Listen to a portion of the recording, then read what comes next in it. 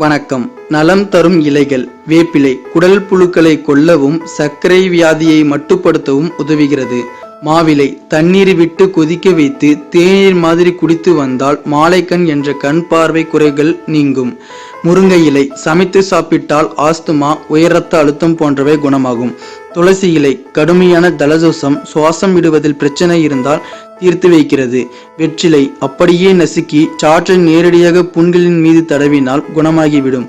எனவே மேலும் விவரங்களை தெரிந்து கொள்ள சப்ஸ்கிரைப் செய்க. நன்றி.